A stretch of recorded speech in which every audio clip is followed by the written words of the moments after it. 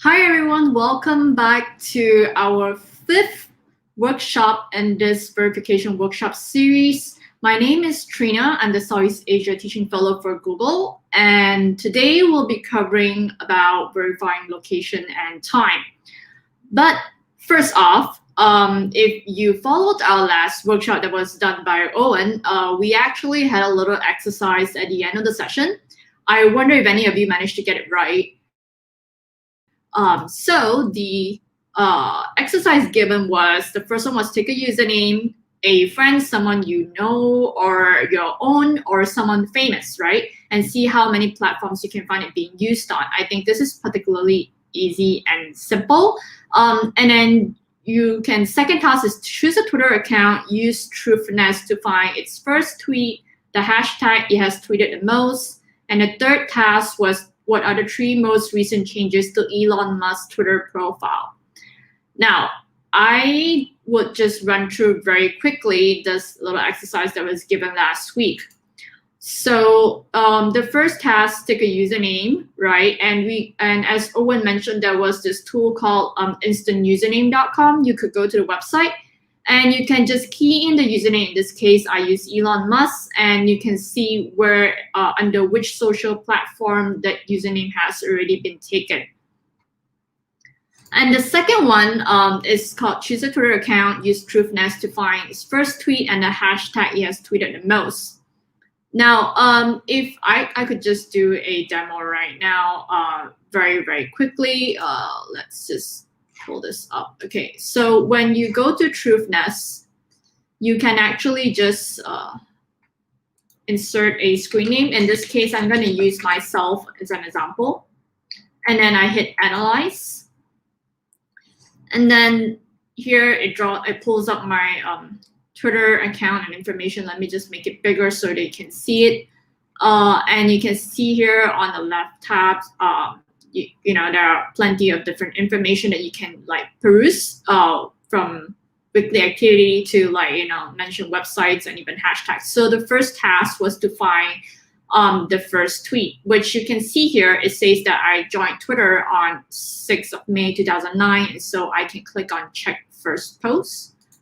And it will bring me back to this range of time that Twitter has set it has to be tied to your Twitter account. So it says here from 2009 May 6th until 2009 August 4th. And you can see since according to truthness, it managed to pull up that I joined Twitter on 6th of May 2009. You can see the first tweet that I posted here, which was back when I was an undergrad student. So now you know my age. Now, back to the second task was that it says, what is the hashtag it has tweeted the most, right? And so I showed you just now in truthness that there is this tab on the left that has different things, and you can actually click on hashtags. And you can see that because I used to cover Malaysia as a correspondent for different media outlets, so I tweeted a lot about the politics and general issues regarding Malaysia. So therefore, you would see that the hashtags that I've used the most was Malaysia, followed by G14, which is an election that was held in the most recent election that was held a few years ago. Now, if you were to try to use a different user, like someone famous like Elon Musk, again, same thing. You could just look up under hashtags, and then you can see that, well, he doesn't really have a most used hashtag. But when we try to look in a case of like Elon Musk, what is his first tweet? Now, I would show you, this is based on truthness, pulling up Elon Musk's Twitter account. And when I click on check first post, this is what I get. I don't get any result at all. So which is kind of strange, right? And it says here that it's pulling up data from the Elon Musk account from, which is, the date that he set up his account, which is 3rd of June 2009 until 1st of September. So there were no tweets during that period of time. So 3rd of June 2009, that was the date that he set up the account. So there were no tweets from that period, and I did try to tweak it around to change it up until like say end of the 2009 by going until say December 31st, and I just switch it up here and I click enter, and I still don't get any tweets. And then I tried doing it up until say 2010, right? And then voila, I got this one tweet from 2010 that says, please ignore prior tweets as that was someone pretending to be me. This is actually me. So we can see here that, even famous people would probably have if they didn't register for a social media account fast enough, they will probably have someone else taking that username. And in this case, we suspect probably Elon Musk, someone else set up an account with that Elon Musk ID, but it was not actually Elon Musk, and he eventually took over that ID name on Twitter. And you can see here under SpaceX in 2009, April 30th, it says that Elon Musk does not have a Twitter account. Anyone who claims to be the real Elon Musk is a fraud. And we see that eventually he did get his own Twitter account, and that was the following year. Now, so the next thing that exercise that we had was, what are the 3 most recent changes made to Elon Musk's Twitter profile? Now, we mentioned Spoonbill from last workshop. So Owen mentioned that you could use this particular URL, spoonbill.io/Twitter/data/username in order to find what are the most recent changes. It might not be so straightforward if you went straight to the Spoonbill.io website, but if you were to do this, just key in spoonbill.io/Twitter/data/username. In this case, if you wanted to look up your own or my own account, you could just change Elon Musk to Trina Leung, and then you can see what are the 3 most recent changes made to the Twitter profile. In this case, this is what I managed to get. Now, back to today's topic, we're actually going to talk about, verifying location and time. And so first off, why is it so important to verify location? Because when we're doing fact checking, it's incredibly crucial to verify a location because we need to debunk or, verify any sort of content that floats up on social media. And most often nowadays, it involves visual content, be it a photo or a video.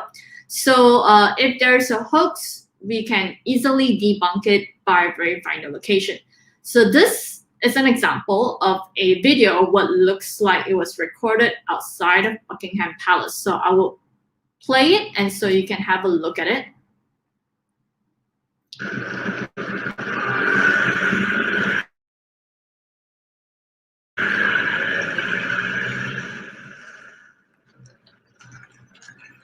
Try to notice if there's anything that you could use to identify the location in this place.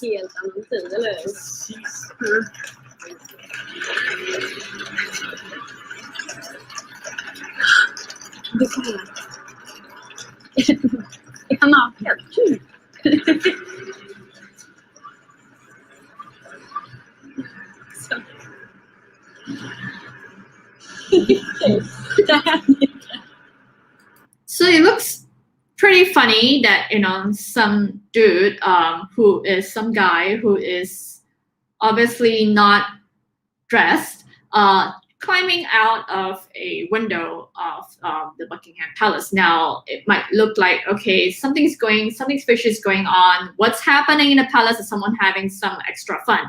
So then we would naturally need to figure out where is the location where the video was shot, right? In order to verify and debunk this video. So then we would position ourselves by using Google Street View for the location outside of Buckingham Palace where this would be located, right?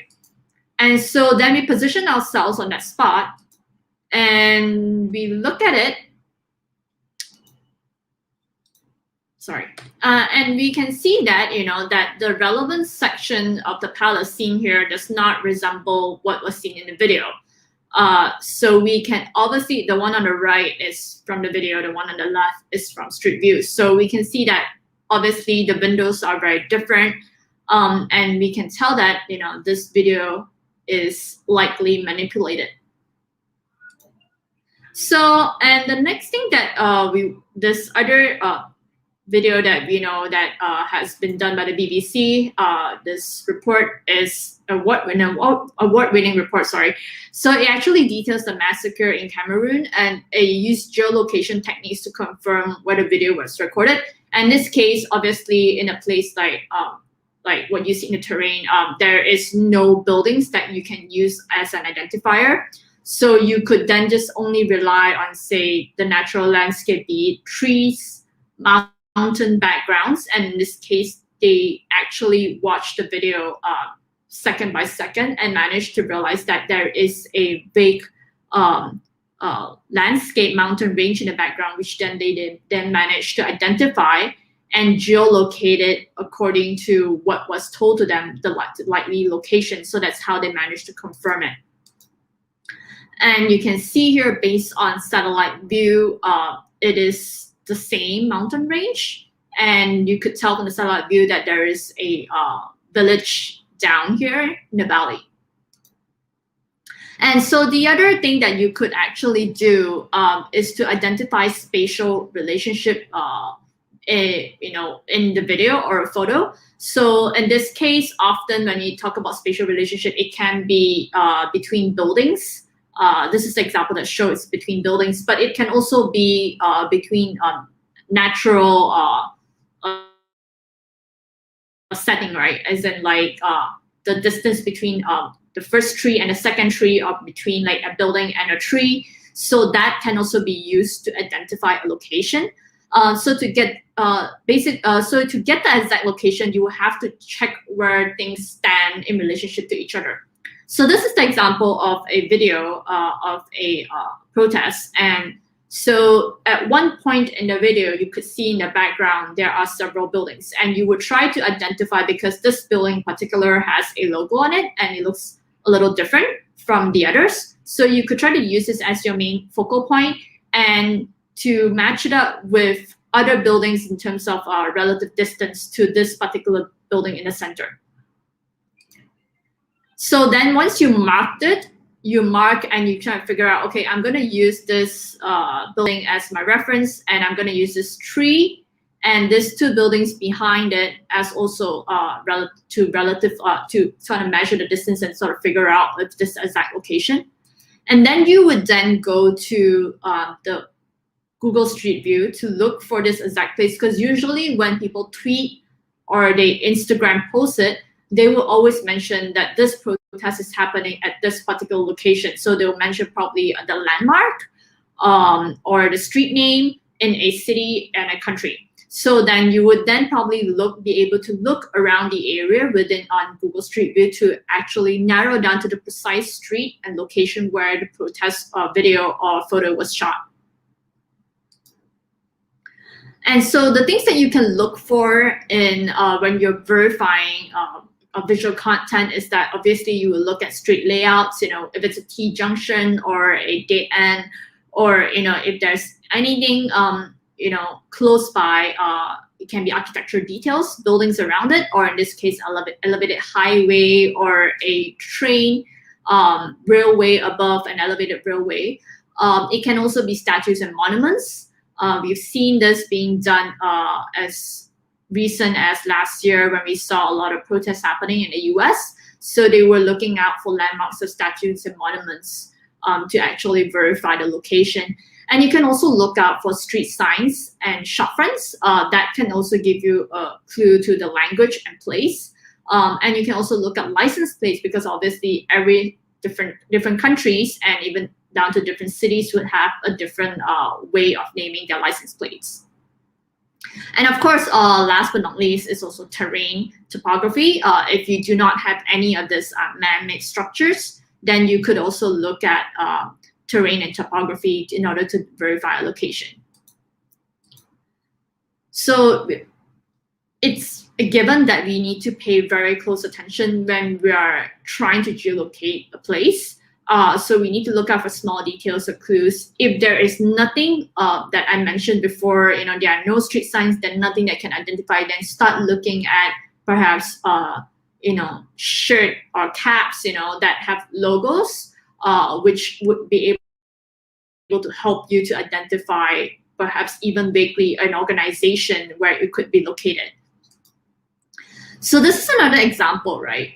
We see a photo taken from what appears to be a very high elevated viewpoint, and it looks like any other city, any other metropolitan city, right? A lot of tall buildings, and so when you're given this photo, how would you then figure out, how can I geolocate this? How can I verify the location, right? So we can start off by trying to figure out and narrow it down by city. And then after, from the city, we can narrow it down by the specific location where this particular photo would have been taken. And based on the outlook of this photo, we can tell that it was obviously taken from a high-rise and building, because judging by the reflection that we see here on the top right, we know it's probably from a really high-rise building that's taller than any other high-rise within the city center. And so what other clues that we can get, right, from this photo? If you look carefully at this photo, you will see that what appears to be a signboard on the bottom left. And once we zoom in onto the photo, we can see that the sign says Bangkok Palace Hotel, which is already an obvious, give us a clue that this is in Bangkok, Thailand. But Bangkok, if you have been to Bangkok, you know that it's a huge city. So where in particular would this photo be taken? So then we'll try to look at Google Maps and to narrow down the proximity of this area of where Bangkok Palace Hotel is. And then we try to look at other clues by narrowing down what other things that we can look out for in terms that are in relative distance to Bangkok Palace and also to where this building is, where we took the photo. And so we can see that there is an elevated highway. Just let me go back to this. You can see there's an elevated highway right behind this Bangkok Palace Hotel. And the building would have to, that we took this photo, would have to be facing the elevated highway. And we also see that that there is this black building here, and there is also this other building that has 3 towers, and it's sort of like in beige yellowish color, right? And then so by looking at the direction, we can then use the Google Maps satellite view to access what tall buildings are in the vicinity and match the location based on the spatial differences with the other buildings surrounding it. Now, for videos, we also need to be able to pay close attention to look at background of videos. And so we will probably need to pause, forward, and rewind very often. It can be a real pain when you're watching it on YouTube. How do you pause, forward, rewind, right? There is a good tip, which is that in YouTube, once you hit pause, you can use the comma button for backwards, and you move backwards by exactly 1 frame. And then if you click on full stop, it'll move forward by 1 frame. So it's very painful when it's a 10-minute long video and you will have to do it frame by frame. But it is what all fact checkers have to do in order to verify content. So this is an example of a video showing protesters clashing with the police. In the video, it was quite chaotic. It was uploaded onto YouTube. You can see that there was a lot of chaos, and probably the video was the person who took the video was not very stable, so there's a lot of movement around. And using pause and frame by frame by hitting comma and full stop, we were able to isolate a shop sign. And this is one of those situations whereby being stubborn actually came in useful. So the lettering on the sign is not completely clear, so you have to do it a few tries, moving forward and backward. And you're able to then eventually sort of figure out that the sign on the shop front say Certigi. So you go to Google Maps and you try to look for a Certigi in Bogota, Colombia, which is what the YouTube video description says where this protest happened. And then we get a prompt for several certitudes. So we were able to narrow it down to several locations, right? And so these are the several possible locations. So we just have to try and see which one actually matches the background that we are looking for. And we managed to see that one of the locations that we hit on was actually correct. Street View actually showed the same view as the one that we've seen in the protest video. Exactly the same. So that's how we managed to get to geolocate the place.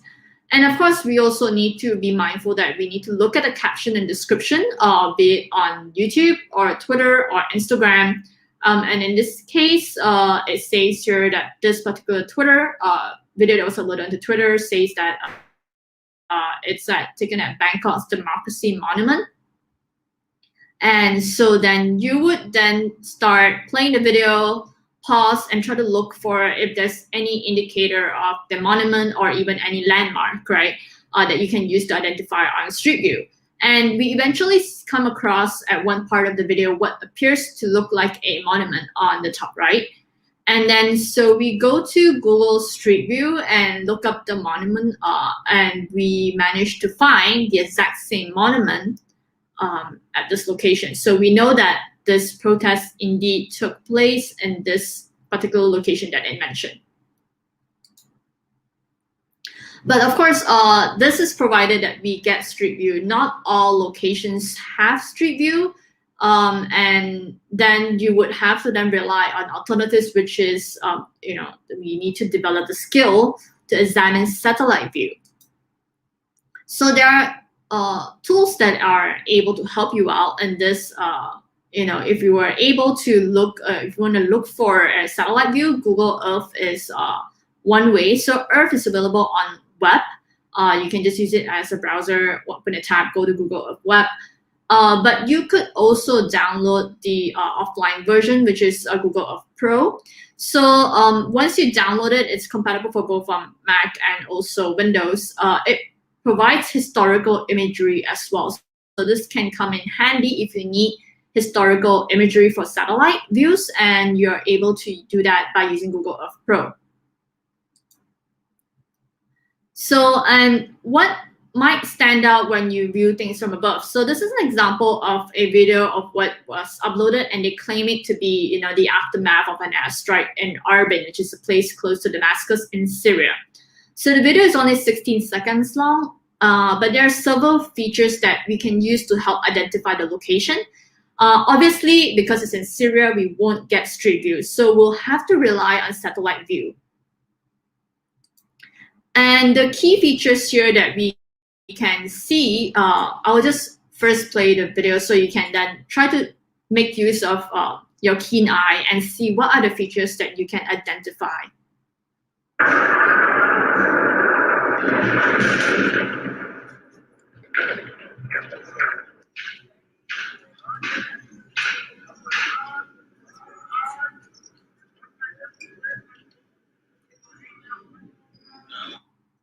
So I just want to bring it to how, okay, so nicely done. This particular frame is exactly what I wanted. So the what we can see here, I don't know if you notice, but if it's, you want to geolocate this, the key features that we can identify here is that we know that there is a mosque, but it's an Islamic country. There will be hundreds, if not thousands of mosques. So what are the key features that can distinguish this mosque from the other mosques? It has a silver dome. So note that it has a silver dome, and note that it only has one minaret instead of several. And also take note that on the left of the mosque is a building with this particular distinctive feature of what used to be windows. And also then this building on the right, which you can see it's already, bombed, but you can see the features, the distinctive feature of this particular building. And then there is an empty space up front in front of the mosque. So what we're gonna do, we're gonna then go to satellite view and look for, go to Arbil and look for Silver Dome Mosque. with one minaret. That's the easiest way to start off, right? Around Arban in Syria, we try to look for any mosque with a silver dome and only one minaret. And we managed to find one that there were like several mosques with silver domes, but there were not many mosques with silver domes and only one minaret. So which made that minaret very unique, and so we were able to find this location. And then we were able to also look through satellite view that there is the building on the left here, which has that similar feature of what appears to be, used to be holes or windows. And then we can also see there was a building on the right here that more or less matches what we see in the video. And there is a wide open space in front of the mosque. And so that helped us to confirm the location. There you go. And so then the other example here that we want to show is this actually went viral last year. There was this viral image that went around, and a lot of this photograph, it was posted on Twitter, it went viral. A lot of people reposted it, retweeted it. So there were critics of India's Prime Minister Narendra Modi. They posted this photo and they said that, look, former leader Indira Gandhi, they actually visited a contentious border area with China. And they said that, well, as compared to Modi, he was a real coward. It's his timid response to Chinese aggression. He didn't do what Indira Gandhi did. Now, this photo was later on debunked. And they mentioned that, this was an old photo taken back in the 1970s of Indira Gandhi addressing the army at Galwan Valley. Galwan Valley back in the 70s was a contentious border area. Now, what a lot of image search, they managed to find that the photo of former Prime Minister Gandhi was actually taken not in Galwan Valley, but in a different area. So they managed to find from reverse image search that the photo was actually taken in this place called Leh, also in Ladakh. But Leh and Galwan Valley is 200 kilometers apart. So, and back in the 1970s, Leh was not a contentious border area with China. And they managed to then also use Google satellite view to then compare the terrain, mountainous terrain of Leh, to compare it back with the one that they got from the photo that was taken in 1971. So this proves that this photo was taken in Leh and not Galwan Valley.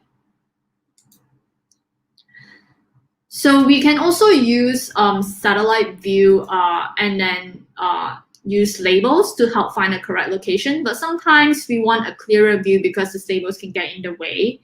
So once we hit the location that we want, right, we can actually click on this three little bar on the top left. And then there would be this thing called labels on and labels off. Just click on it and you would see that the labels disappear once it goes to labels off.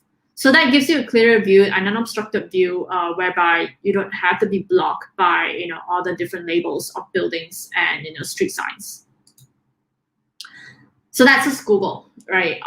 Besides Google, there are other platforms out there that also provides street view and satellite view, which can be very handy because, especially satellite view, because satellites move at different time and different hour. Sometimes Google might not give you the best view if it's an obstructed view, like there are too much clouds, too many clouds, you can't actually see it clearly, or it's taken from a different angle that doesn't give the best view that you want. And so the alternatives that we have here is that Bing can at times give you more zoom and more detail than Google. And also just bear in mind for Street View is because it's taken at different timings because it's based on how the vehicle moves, right? And when the vehicle actually takes the photo of the Street View.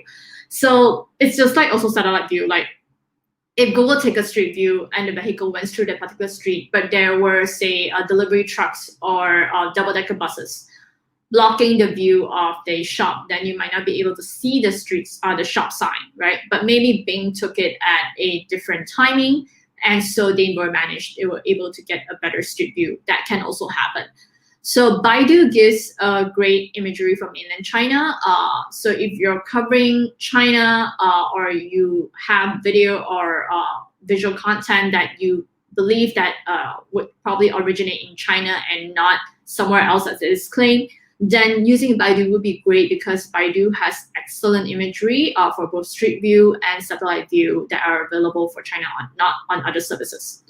So Yandex, it's a Russian search engine. It's great for Eastern Europe, especially if it's in certain areas that Google are unable to cover for street view. You can use Yandex. And Yandex is also great for recognizing, as we mentioned before in earlier workshops for reverse image search. If you use Yandex, it's good for architectural details, buildings, and also facial recognition. The other alternative that we have here is called Mapillary. Mapillary, because it's crowdsourced, it depends on whether people upload photos of the street view themselves. So it can cover certain locations that Google cannot. So it just say the Google vehicle can't enter a particular alleyway because it's very tight, or it's or in a particular landscape, say perhaps a road in a park. So then, obviously Google vehicle can't enter these places, but a human can, and you can probably walk through it and take snapshots of it and upload onto Mapillary for street view. And unfortunately, of course, there are limitations because it's taken by users, right? So there would be no panning, like you can't get a 360 view, or you can't pan and walk a certain path if that's not covered. Now, this is an example of where when you go into Mapillary, you can see where places that are marking green would be places that have Mapillary imagery. And in this case, we wanted to show you that in Bengaluru, it has very little street view from Google itself. As you can see, there are not many blue lines or blue dots available. But by using Mapillary, we can see that there are better options available. It certainly has more imagery than Google does. And so that is an option for you to use when you come up in a location and you realize that I'm not getting much from Google, I'm not getting much from Bing, so perhaps you could try Mapillary. So this is another example of a shot of a protest in Iran, and it gives you a good illustration of how different satellite angles can give different varying views. So you gotta take note of the building shape. So it's a very unique building shape, and usually when people upload a video or a photo of a protest, they will tell you where it is, right? The location of it, not just the city, but a particular building name or a street name.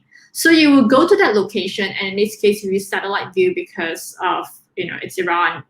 It's very difficult to get street view, so we'll use satellite view. And if you use satellite view for this particular area, street, building, and you will see that this is what Google Maps, and when you swap it to satellite view, this is what it gives you. And so you can see that, okay, it kind of looks like the building that we see in the video, but we're not very sure. So then the alternative is, okay, let's try Bing. And we can see that Bing has a tilted satellite view, which gives you a very obvious outlook that this building has a curved entrance, which is similar to what we see. Similar to what we see in the video, which is this curved building entrance. It's not very super obvious. You can see it somewhat here on Google Maps, but it's not super obvious as compared to the view that you got from Bing. So another alternative is that you could use Wikimapia. It's a crowdsourced map, and as such, it's not completely reliable. But the upside to Wikimapia is that it has a lot of detailed information. So what I like about Wikimapia is that you could select categories, and you can narrow down by categories which you could select, say, be military, religions, schools, hospitals, which is very useful. Then there is also a search function that you can see here on the top right.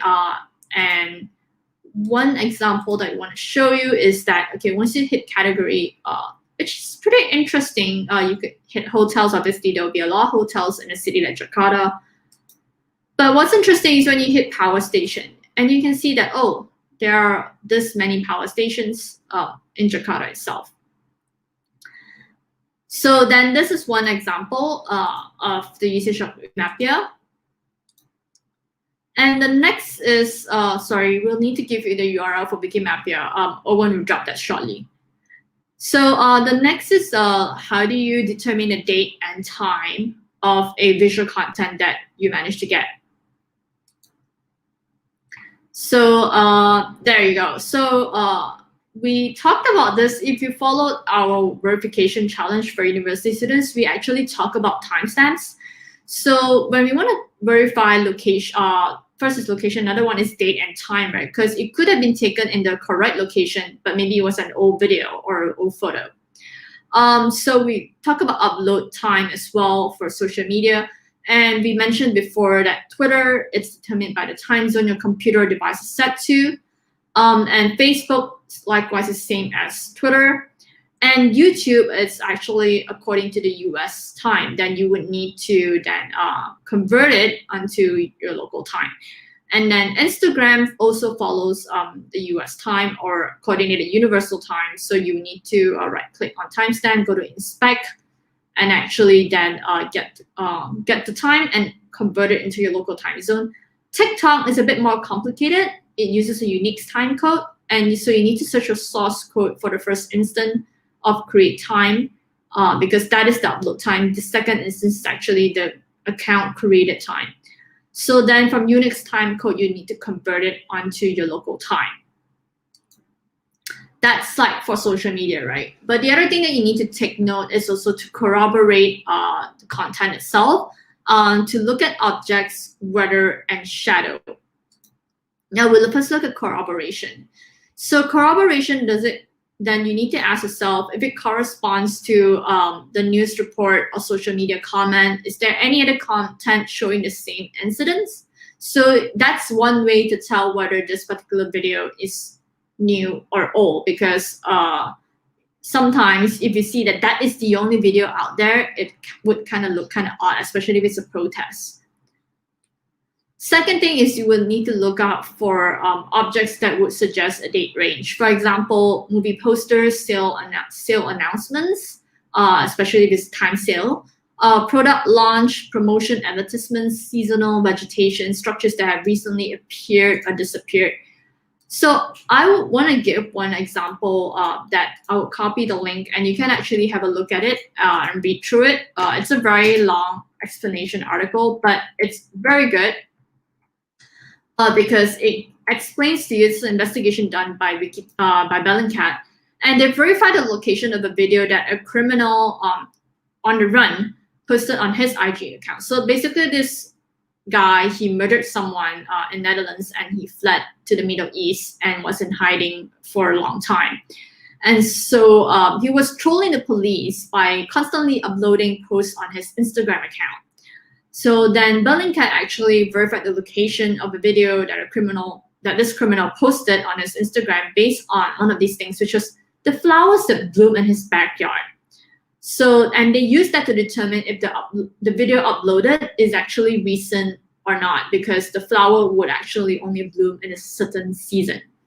So that was quite interesting. I would advise you to just read the Bellingcat article in order to get an idea of how they did it. So another thing that you can use is weather to corroborate. So if it's a still from a video of a protest, it can be seen that in this particular case example that we screenshot here, that this street is wet and someone is holding an umbrella. So we know that this protest was taking place during a rainy day. And so then we can then look for weather reports in this particular place to see whether it rained on that day. And if the weather report for that location is sunny and no rain at all for all that week, then we obviously will start doubting whether this video was actually captured at that particular date and time that the uploader claims it to be. So yes, we can use weather forecast websites. In this case, we'll need to also make sure that that the weather location is actually correct. The weather station is actually correct. And so the other thing that we want to talk about is shadows to also determine time. We know that at a certain time of day, the shadow would be in a different direction, right?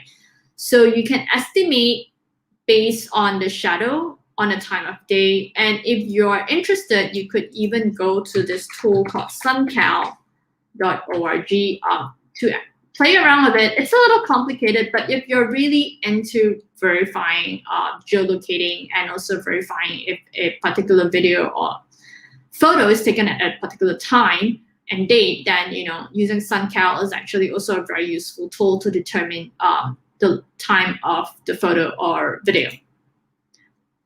So we'd like you to try this yourself. You could take a stab at this. First is, in what country do you think this photo was taken? We have a link up there that you could then put up. And let me just hold that link up. Okay, so then I would just put this up so you can have a look at what the visual is. So you could just look at this photo and try to see if you can determine what country do you think this photo was taken. And the second one is, can you establish the exact location of this that was shown in this video? Let me just drop the link here.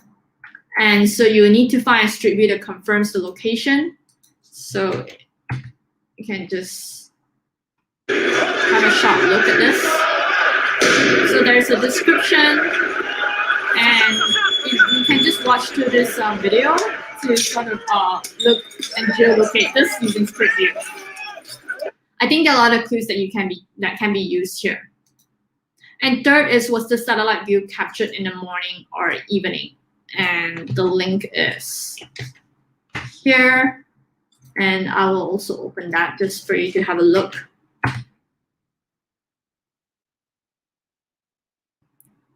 There, so from this, you can actually just take a guess and try to figure out whether the satellite view is captured in the morning or evening based on the shadow of the buildings. Okay, we'll start taking questions. So it looks like someone said that they can't open the links above.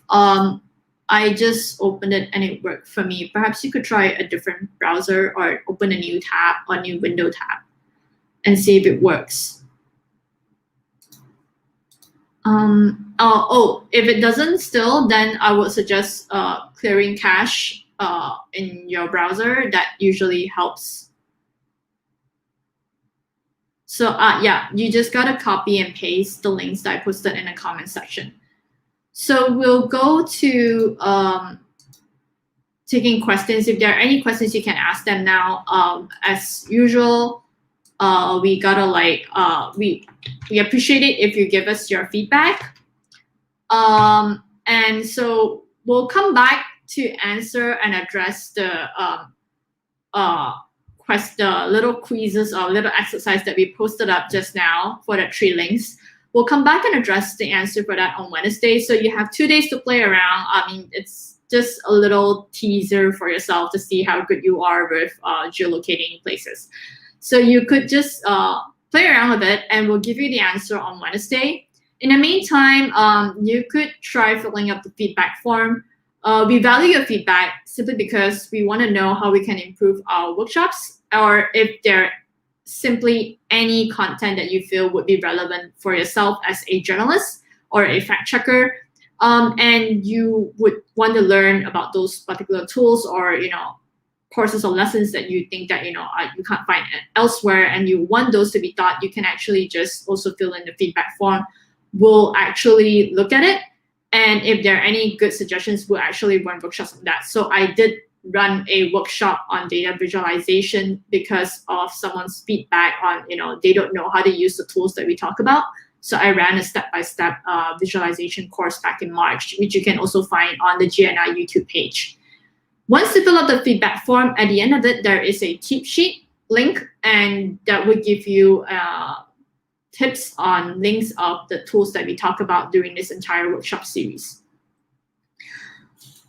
And if you are watching a recording of this live session and you missed out on the chance to ask any question at all, because once the session is over, we don't take questions because it's already it's a recorded session, right? So you're just watching the recording of this. You have questions about any of the 6 workshops that we ran in this series. You want to join us for cleaning hour to ask questions. There is a link. Go to this link, register yourself for the cleaning hour, and we'll have a closed door interactive session with each person in order to answer any questions you have about this workshop series. Now we'll go back to taking questions. So I would suggest that if you are unable to open those 3 links, that you should also try clearing cache on your browser. That usually works. Clearing back cache and clearing history. So you see, someone said that they just try and it works for them. So if it didn't work for you, I would suggest clearing cache. So let's see if there's any questions at all. We'll take them now. Any questions? I'll put Owen up on the screen as well. We have about 10 minutes more before the session ends. So if you have any questions, you can post them in the comment section and we'll address them right away. Hi, everybody. Can you hear me? Yes. Yeah. Just with the issue David's having there, I'm wondering, because other people are getting access, there must be something specific.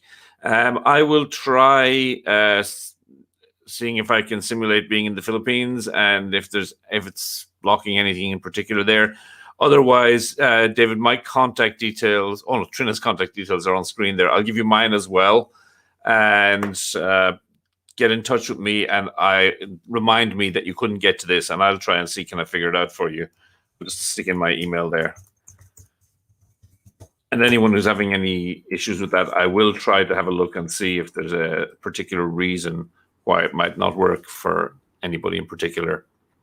Yeah, if after this session ends and you are watching a recording of this and you find that you are having the same problem as David, then you can join us on cleaning hour and we can also explain it to you what could be the problem then, because by then we should have resolved the issue. So if you have any other questions, you can post it in the comments section and we'll answer it. We'll give it another minute or two for questions to come in.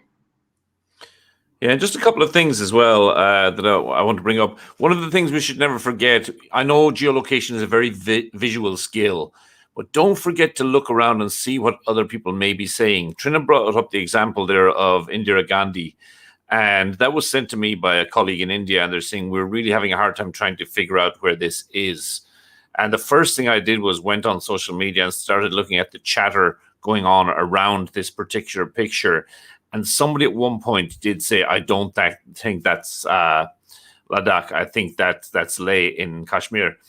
So I combined that. Owen, Leh is in Ladakh. Ladakh is Leh actually in Ladakh rather than Kashmir? Okay, pardon my geography, but it's quite a distance from the Galwan Valley. And having got this description of where it might be, I then went to Wikimapia, which of course Trina has mentioned as well, because Wikimapia, you tend to get a lot of geeks, nerds, whatever, enthusiasts on it. And when I filtered for military in the area of Leh, it showed me that there was an Air Force base there. Now, if you look at that photo, you have a very flat area in the middle of an otherwise mountainous area.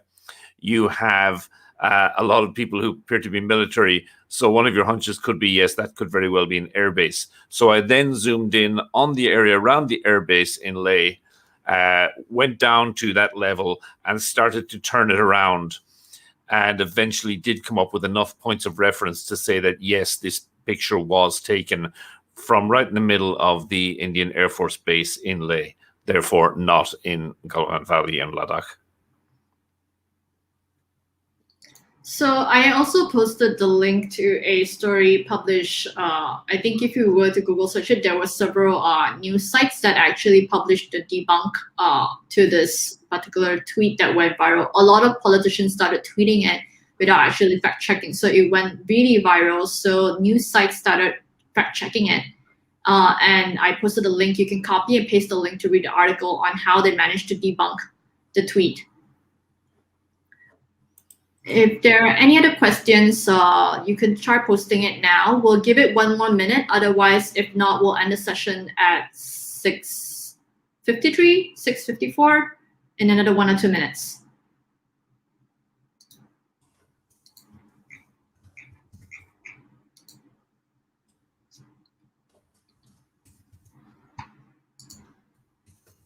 So, okay, it looks like there are no questions coming in. So,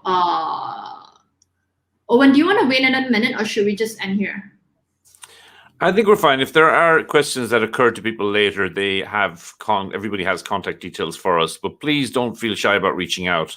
And if anyone has a question that they ask me or Trina separately, and we think, well, this is something important that everybody should know the answer to, we can bring it up in the clinic hours later also. Yes, so yes, if you attended a live session but you realize later on something hit you that you didn't get to ask during the live session, you can actually just sign up for the clinic hour. It's just a 1 hour session. You can drop off anytime once you ask the questions and we've answered it. It's fine. It's just that we want to like share the knowledge. So if you email me, I can probably answer you. But then, if another person faces the same problem and has the same question, they wouldn't be able to know the answer because I replied to you privately. So which is why we try to share everything with everyone. If we can get everybody convened together to ask questions, then everyone else, perhaps, you have a question that would be of value to someone else as well. So if we can answer that together during the clinic hour, that would be great. If there's no other questions, we'll end the session here for today. Our last session will be on Wednesday, also at 6 p.m. Hong Kong time. It would be run by Owen. That would be the last one. I would recommend this last session to be joined by fact checkers and working journalists, simply because a lot of times I realize from my previous work as a journalist, we don't often practice the simple steps of ethics when we do fact checking. We just like to publish things without first clearing it out with the content provider, content uploader. So I think the ethics of it is incredibly important and something that we have to take note and remind ourselves. So if you want to have for questions by Joel on link for training schedule, I'll put up the link to the YouTube playlist, and you can actually see in our GNI YouTube there. You can just have a look at it. If you look up our GNI page on YouTube, there you go. You could see that we have a playlist already in the page, and you can see that I would just copy and paste the full playlist into the comment section, and you can see the date and time for each workshop. So that's the link I already posted up onto YouTube comment section. So as for other videos planned, this is gonna be the on Wednesday is the last of this workshop series. If you want to have other workshop series, you can fill in a feedback form. Let us know what you would like to learn. If it's already up, it will probably be up on the YouTube GNI page under playlist. If you don't see anything that's of interest to you, you think that it will be of value, you can suggest it to us in the feedback form, and we'll actually run a workshop on it. So that's it. All right. Thank you, everyone. Take care. See you on Wednesday. Bye.